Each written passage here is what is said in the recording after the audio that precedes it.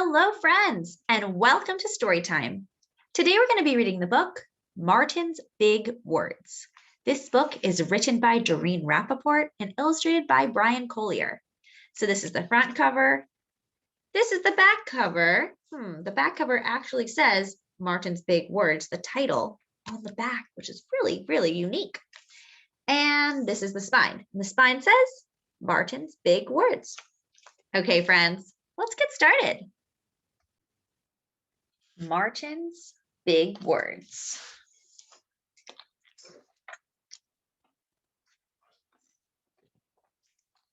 Martin's Big Words, the life of Dr. Martin Luther King Jr.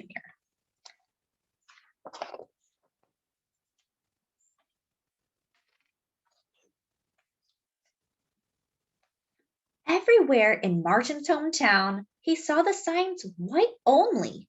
His mother said these signs were in all southern cities and towns in the United States.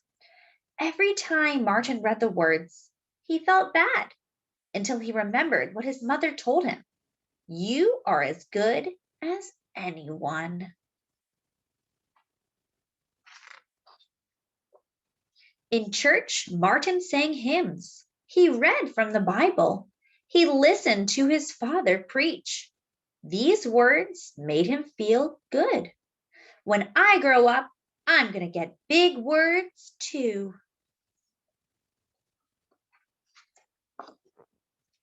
Martin grew up.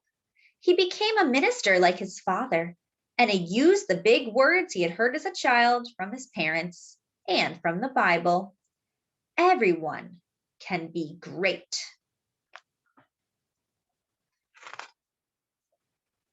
He studied the teachings of Mahatma Gandhi. He learned how the Indian nation won freedom without ever firing a gun. Martin said love when others said hate. Hate cannot drive out hate. Only love can do that.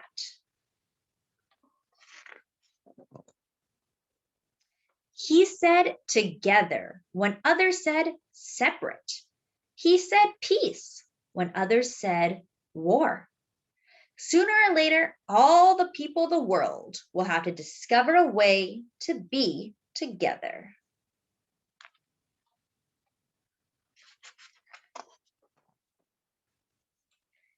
In 1955, on a cold December day in Montgomery, Alabama, Rosa Parks was coming home from work.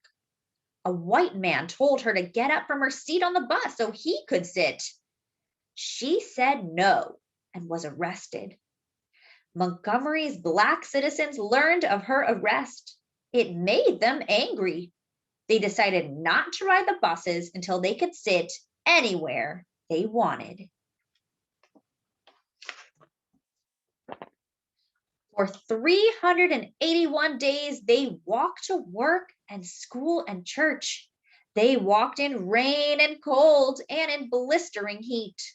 Martin walked with them and talked with them and sang with them and prayed with them until the white city leaders had to agree that they could sit anywhere they wanted.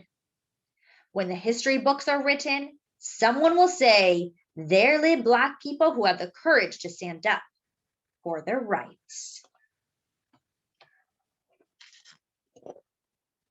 In the next 10 years, Black Americans all over the South protested for equal rights. Martin walked with them and talked with them and sang with them and prayed with them. White ministers told them to stop. Mayors and governors and police chiefs and judges ordered them to stop, but they kept on marching. Wait. For years, I have heard the word wait. We have waited more than 340 years for our rights.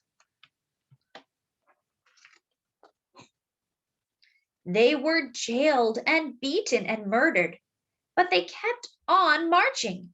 Some Black Americans wanted to fight back with their fists. Martin convinced them not to do so by reminding them of the power of love. Love is the key to the problems of the world.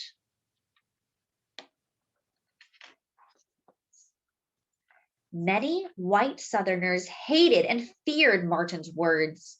A few threatened to kill him and his family. His house was bombed.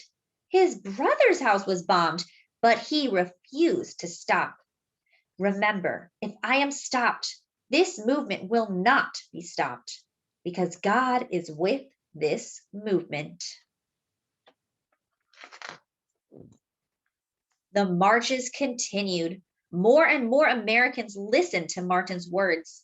He shared his dreams and filled them with hope. I have a dream that one day in Alabama, little black boys and black girls will join hands with little white boys and white girls as sisters and brothers. After 10 years of protests, the lawmakers in Washington voted to end segregation. The white-only signs in the South came down. Dr. Martin Luther King Jr. cared about all Americans. He cared about people all over the world, and people all over the world admired him. In 1964, he won the Nobel Peace Prize. He won it because he taught others to fight with words, not fists.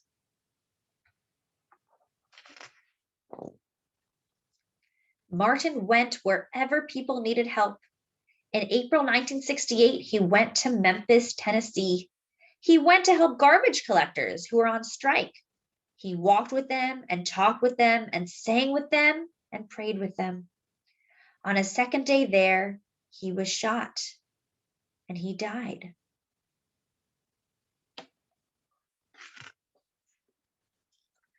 His big words are alive for us today. Freedom, peace, together. I have a dream. Love.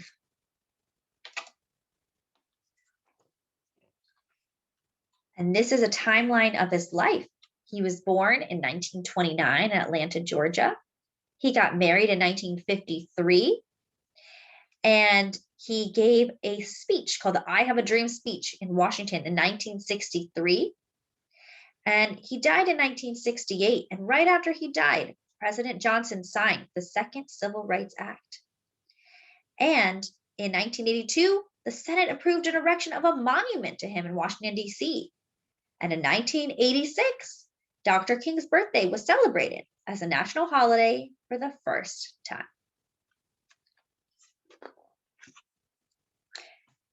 And this is a picture of Doreen Rappaport, the author, and Bryan Collier, the illustrator.